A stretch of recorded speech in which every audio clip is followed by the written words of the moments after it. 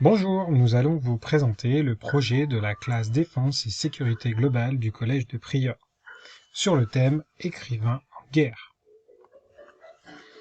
Il était une fois une classe de 26 élèves ayant choisi cette année de proposer un travail sur les écrivains en guerre. C'est pour cela qu'ils vont vous proposer ce géniali en forme de livre enrichi sur cette thématique.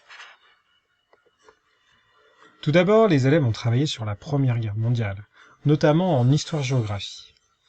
Ils ont ainsi étudié la lettre de Jean qu'ils ont décryptée. Par la suite, les élèves ont rédigé des réponses à cette lettre.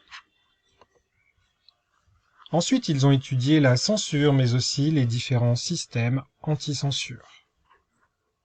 Suite à ce travail, les élèves ont rédigé eux-mêmes des lettres et cartes postales en utilisant différents moyens de censure.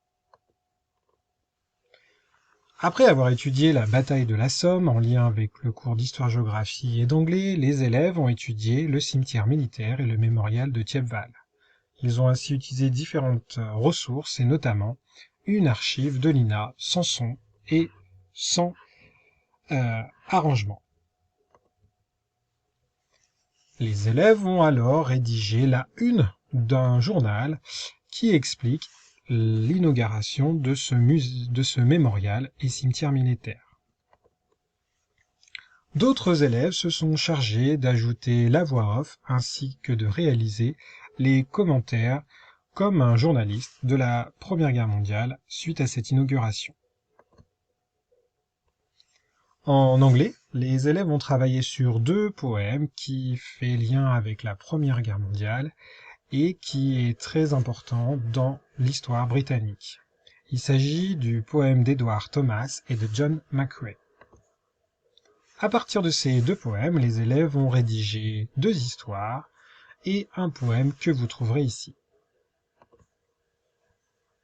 Pour terminer ce travail sur la Première Guerre mondiale, les élèves ont travaillé en italien, en anglais et en histoire-géo sur la mémoire de la Première Guerre mondiale, notamment sur le choix du soldat inconnu, sur le choix du lieu de commémoration et la manière dont on rend hommage pour le devoir de mémoire en lien avec la Première Guerre mondiale.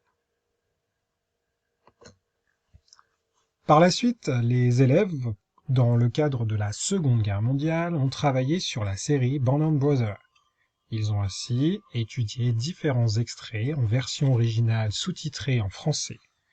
Après l'analyse du film, les élèves ont rédigé des journaux de guerre qui suivent l'historique de cette série, notamment de la mobilisation en passant par le débarquement en Normandie jusqu'à la découverte du nid d'aigle d'Adolf Hitler.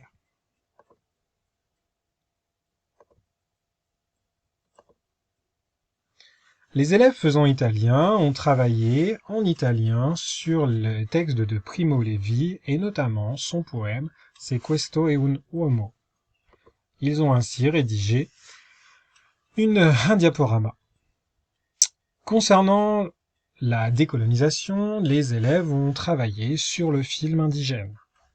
Ils ont ainsi étudié plusieurs séquences et ont rédigé ainsi des journaux de guerre qui suivent là aussi la mobilisation, les différents débarquements en France, jusqu'à leur arrivée en Alsace-Lorraine, sans oublier le devoir de mémoire de ces indigènes qui est aujourd'hui un peu oublié.